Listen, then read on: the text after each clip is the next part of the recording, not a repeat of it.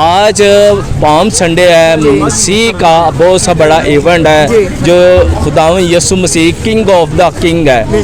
आज मसीह कौम को आज क्या मैसेज देंगे? सबसे पहले कि आप सबको खुशरों का इतवार मुबारक हो। ये खुदावंद ने ज़िंदगी दी और ये फजल दिया कि हम इस मौका में शामिल हैं, ज़िंदा और ज़िंदा की ज़मीन पे हैं। और सबको मुबारकबादी दूंगी, अहले जुनाबाद को और कुल पाकिस्तान के लोगों को और मसीह लोगों को खुदावंद फजल दे, ताकि इसी तरह खुदावंद की इस्तकबाली के लिए जोश व खरोश से निकलते रहे। जी, आप खादम भी हैं, खुदा ने आपको बहुत सी बरकतें दी हैं। खुदावंद यीशु मसीह गधे पे आया, उसका क्या मौक़िफ़ था? हलीमी, फ़रोतनी, मोहब्बत। उनका मकसद नीचा दिखाना नहीं है, बल्कि हम सबको ये दिखाया है कि आप हलीमी और मोहब्बत से रहें। कोशिश जो है खुदावंद यीशु मसीह बादशाह बन के आया, और उन लोगों की क्या तब वो सोच थी? उन्होंने वही इस्तकबाल किया जो बादशाह का किया जाता है, डालियाँ बिछा के, दुपट्टे बिछा के, और यरूशलेम में खुदा को वेलकम किया। शुक्रिया जी। इनके साथ पास्टर साहब खादम भी खड़े हैं, इनके साथ भी हैं, और ये खिदमत में बहुत आगे आगे बढ़ के यूनाबाद के काम करते हैं। हमारे मसीह लोगों को मेरी तरफ से पाम संडे मुबारक हो। हमारी तरफ से ये पैगाम है कि हम खुदावंद यीशु मसीह ने जब गधे पर सवारी की, वो रथ पर भी सवारी करता है और गधे पर भी सवारी की। गधे पर सवारी इसलिए की कि उसने अपने आप को ऊंचा नहीं दिखाया, उसने नीचा दिखाया, ताकि हम उस पर ईमान लाएं, उसके हुक्म पर अमल करें। जैसा खुदावंद ने हमें सिखाया कि हलीम रहो, नीचा बन के रहो, इसी तरह हमें भी अपनी ज़िंदगी में खुदावंद की सारी बातों को पूरा करना है। अच्छा सर, एक सवाल मैं करूँगा, अब क्या खुदावंद यीशु मसीह गधे पे आएगा? नहीं, अब रथ पे आएगा, जरो जलाल से आएगा और पूरी दुनिया उसे देखेगी। पूरी दुनिया। उनका क्या मौक़िफ़ था जब वो घोड़े पे आएंगे? तो खुदावंद ने कहा था कि जब मैं फिर आऊँगा तो बादशाह बन के रहूँगा, दुनिया का हिसाब करने के लिए आऊँगा। अदालत के लिए आएंगे। बोल खुदावंद यीशु मसीह की, बादशाहों का बादशाह।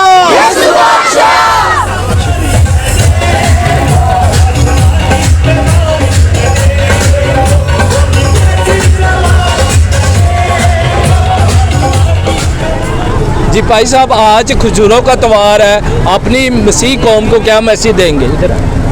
मसीह खुदावंद के बाबरकत नाम में आपको सलाम पहुँचे।